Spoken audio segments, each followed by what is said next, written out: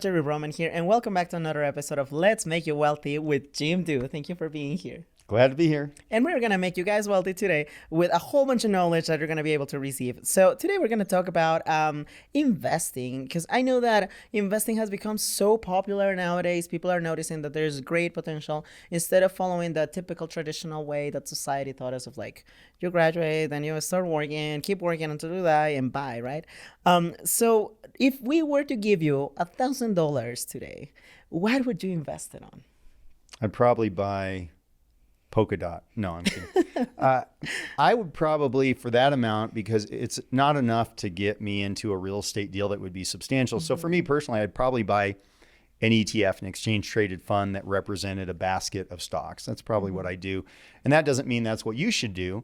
You should do what you feel best about, you know? And for that amount of money, for $1,000, it depends how that fits in. If that's your first $1,000 investing, then I'd be careful about it. If you've got $10 million invested, then you might take a flyer on $1,000, do something high risk that might turn into 100,000 or might disappear. That's right. And you did mention this important thing, which is risks. Or any investment, they all have risks because you cannot control what the future is going to be like for economy. So what are some of the most common risks that people should be aware of when it comes to investing? There's interesting that there's many different types of risk, and often people think of investment risk, like the stock market crashing or the real estate market crashing, but there's all kinds of other risks. So for example, two big risks for investors. One is what I just said, stock and real estate risk, where something could crash. But the other is not taking enough risk. What I mean by that is inflation risk. So if you put your money in cash, over the years, cash usually doesn't beat inflation. It doesn't really make much of a return. So it feels good because that money is not actually going down numerically, but it is going down in purchasing power. So you're losing money that way. So there's risk in stuff like cash. It's just not investment risk. It's risk of the future value of that money. There's a famous book by Ernest Hemingway called The Sun Also Rises. And in that book, there's two characters talking.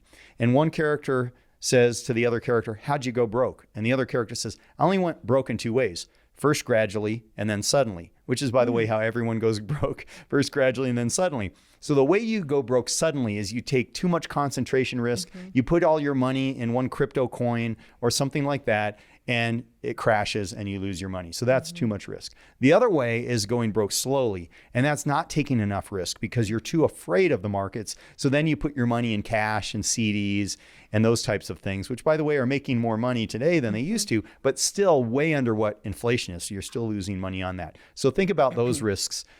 Too much risk in a market crashing and not enough risk where over time you're not beating inflation. That's right. And I feel like we need to have the courage a little bit more on investing. That stuff of like putting your money under your mattress is not going to work anymore. We have seen so many changes in the economy that that's not a strategy that we should be going for.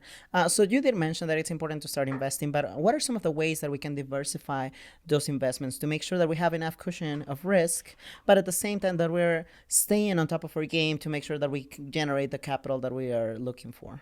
Well, the first thing is making sure you have enough cash for emergencies, because you don't want to have your car break down and all of a sudden you have to sell your investments at a bad time to fix your car. So making sure you have enough cash, and kind of general rule are 6 months worth of income or 6 months worth of expenses. Those are two different numbers depending on how much cushion you have. It depends. If you're an entrepreneur, it's different because you're running a business. So you need more or less cushion depending on how mature or how reliable and predictable your business is. So having that cash set aside is really important. And then when it comes to investing, here's a huge mistake I see investors make, especially young investors, is they're so worried about getting it perfect the first time that they don't start investing. And no one's going to get it perfect. And all these predictions that I see out there from these so-called experts are like, oh, wait, the stock market's going to crash. Oh, wait, the real estate market's going to crash. They're guessing because there's nothing they know that you and I don't know. We all know about the economic conditions. We all know about the Fed's doing with interest rates. We all know about some of the economic things that are going on. We all know that information. Everyone knows the same information. So thinking somehow we're going to be smarter than everybody else, I think that's dangerous. So the important thing is find what you're comfortable investing in and start investing. There's this thing called compound interest that I'm sure you've heard of the term before, but I still think people don't quite understand the power of it. So there's a really good book called The Psychology of Money, and they talk about this in the book. If you had $1 on January 1st and you double that to $2 on January 2nd, and double that to $4 on January 3rd, and so on till January 31st. Any guess how much you'd have on January 31st? Ooh. Let me see. No, you got me thinking. I got to tell you that because I know that with the compound interest you would be able to generate even more than what is expected, but you don't truly know exactly the rate of that growth. You're doubling every day. 2 to 4, 4 to 8, 8 to 16. On January 31st, you would have $1,073,742,000. So you became a billionaire in 31 days. Oof. But here's what I want you to really think about. If you miss just 1 week, and started 1 week later, you end up with $8.3 million. You lose 99% of the game. When I was a school teacher, I found that kids had trouble understanding the difference between a million and a billion. So I'll kind of run this by you. How long does it take for 1,000,000 seconds to go by? Any idea? Ooh, no. Would you mind telling me? About 11 days. 11 days for 1,000,000 seconds. And if I said, Marjorie, what were you doing 11 days ago? You might be able to remember. That's right, yeah. Right? How long for 1,000,000,000 seconds to go by? Get this. 32 years. Whew. 32 years versus 11 days. So the difference between a million and a billion is enormous. That's why when we talk about billionaires, the difference between millionaires.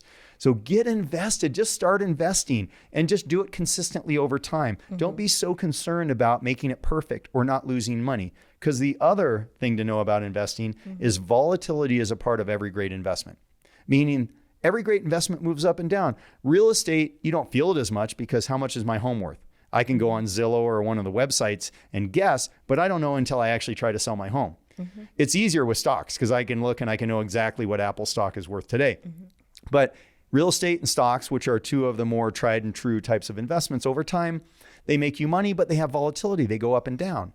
So last year, my wife and I celebrated our 30th wedding anniversary, and we went on a catamaran in the Caribbean, and we had just a chef and a captain. So it was really pretty amazing. And we're at this beautiful island we had anchored at, and it was just amazing. And in the morning, the captain came out and said, do you want to go see other islands? I said, well, what are the other islands like? And he said, beautiful, just different. I said, yeah, let's go see some other islands. He said, I have to warn you, there's rough seas between here and the other islands, so there's going to be a lot of chop and bouncing around. We said, okay, we understand. We want to see the other beautiful islands. To have great investments, you've got to go through the rough water. You have to accept that and understand that. And by investing consistently over time, you're going to be surprised in 3 years, 5 years, 10 years, 15 years, how far you're going to get by investing rather than trying to get it perfect. That's right. And then again, you are, the more that you invest, the more that you're going to experience those challenges, those rough times, and you're going to get used to it. That's why when you talk to any investor, they're like, oh yeah, I've taken this risk, this other risk, this other risk. And they talk about it in such a light way because they are used to that already. And that's how they grew their portfolio. So if you truly want to grow your portfolio, you need to make sure that you start investing right now so you can start experiencing those rough patches right now so you get used to them. Now, when it comes to investing and diversifying your portfolio, how do you go about choosing those investments for yourself? What I like to do is start with the way billionaires do it. So billionaires are the best at preserving wealth. So if you're trying to get rich, best way is own a small business, be concentrated in that, invest in that, build that.